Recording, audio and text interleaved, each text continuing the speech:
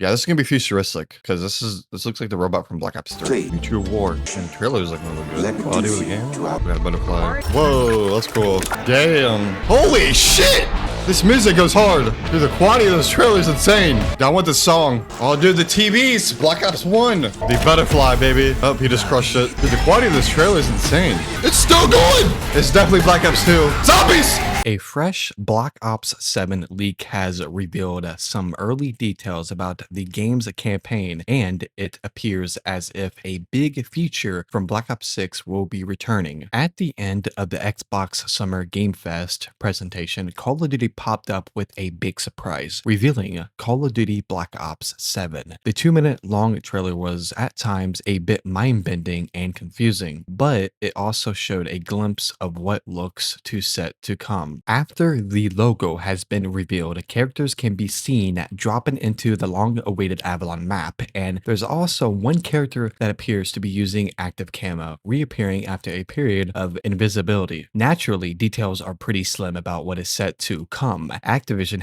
have confirmed that David Mason is back, the game will set in 2035, and that multiplayer will have brand new maps instead of just remasters and remakes. Some leaks have started to filtering out following the announcements, including a set of from X, formerly Twitter, using Vandi is Pog, who shed some light on the campaign. You will be playing as nameless soldiers that are meant to be David handpicked Black Ops squad. Characters can be customizable, not much, just the extent of Black Ops Cold War and Black Ops 3's campaign characters, they said. Some missions occasionally have the party leader or player 1 play as David, and other players as the other TBD characters. The safe house will return, as well as the ability to purchase upgrades to equipment and gear with some new additions and features. The safe house featured in Black Ops 6 campaign as the central hub for the single player experience. You can launch missions from there, purchase perk like upgrades for characters, and upgrade weaponry. It proved a popular twist in Black Ops 6, so its return with new upgrades would also be welcomed. Well, just have to wait and see how things shake out. It also followed up with another tweet. There is a chance your characters will be able to speak, but they won't be their own unique pre-written characters, if that makes sense. Imagine player from Black Ops 3, but in this game's context. Like I've said, we've seen this safe house in Black Ops 6, where you pretty much go in to set up the mission and create your class. We also seen this in Black Ops Cold War, where you have the CIA paper that you actually sign up for, and you put your actual real information inside of this game. And toward the end, Adler kind of uses this information against you of brainwashing to you bring them the most accurate memory that you have toward the end of the game, which is pretty insane, which it reveals the actual real player's name at the end of the game. But with Black Ops 3, you can actually customize and create your own character, but not too much. You can choose a male or a female. Then you can actually go by what the face actually looks like depending on the gender, which this kind of section of the game really didn't matter, because during the Black Ops 3 campaign storyline, you have this memory implanted into their heads and part of the storyline, and it was someone else's memory. So creating a class in the beginning of the game was kind of pointless for this to happen, which makes no sense. Is this going to go along with the same as Black Ops 7, how you're not going to be playing David Mason the whole time? You're just not going to be the main character? Like, how is this actually going to go? But we're not going to know until we actually play the campaign for Black Ops 7.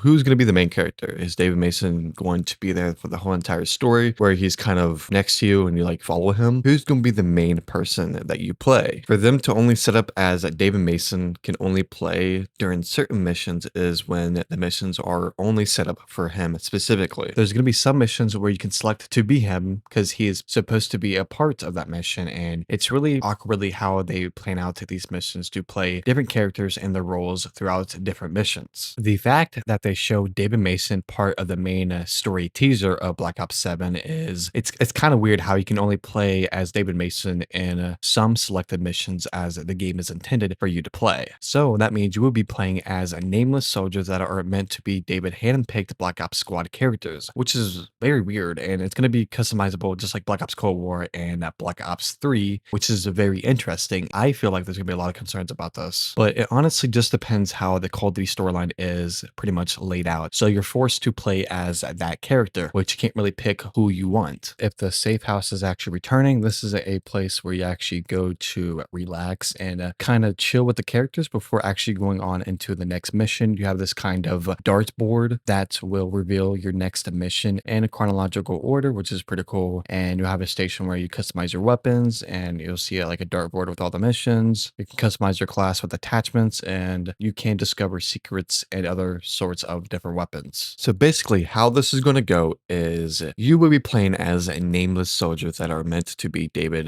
handpicked Black Ops squad. And basically this is going to be set up as the co-op missions, and some missions will be occasionally have the party leader or player one played as David Mason, because those specific missions are meant to be played as David Mason, as he's a part of those missions, which makes total sense. But I don't like how this is set up, because you should be able to play who you want, and I think player one should always be the main character because that makes the most sense. And the fact is he's only available in certain missions is going to be kind of weird, and I think only being able to play certain characters throughout the main mission campaign is going to be very awkward. But this is too early to tell. We just have to wait until we actually play the game for ourselves to actually piggyback on this information. But the absolute craziest thing that we have ever seen is we haven't seen a Call of Duty co-op campaign since Black Ops 3, which is very exciting. But it also had a zombies version of Black Ops 3, which is very insane. So if they bring back the campaign co-op, which they are, but what there is a zombies version of the Black Ops 7 campaign, dude, that'd be so badass if they brought that back from Black Ops 3. Like, I think that we need to have those features back, because playing Black Ops 3, but it's like a zombies version, is the most unique thing ever to be implemented inside of Call of Duty. That was so cool. And if they could add that back into Black Ops 7, that would be fabulous. But in Black Ops 6, we still had certain points of missions where you actually group up with the nameless soldiers that are part of the mission, so you don't feel empty while playing with other people, which this was part of the gameplay experience, which I think that Black Ops 7 itself is going to follow up with this kind of trend where David Mason, you have to play as that main player one character. But as of yet, we do not know if the campaign will be played differently between solo versus co-op. So we have to wait and see how that is going to be planned out. Thank you guys so much for watching today's video. If you guys want to stay up to date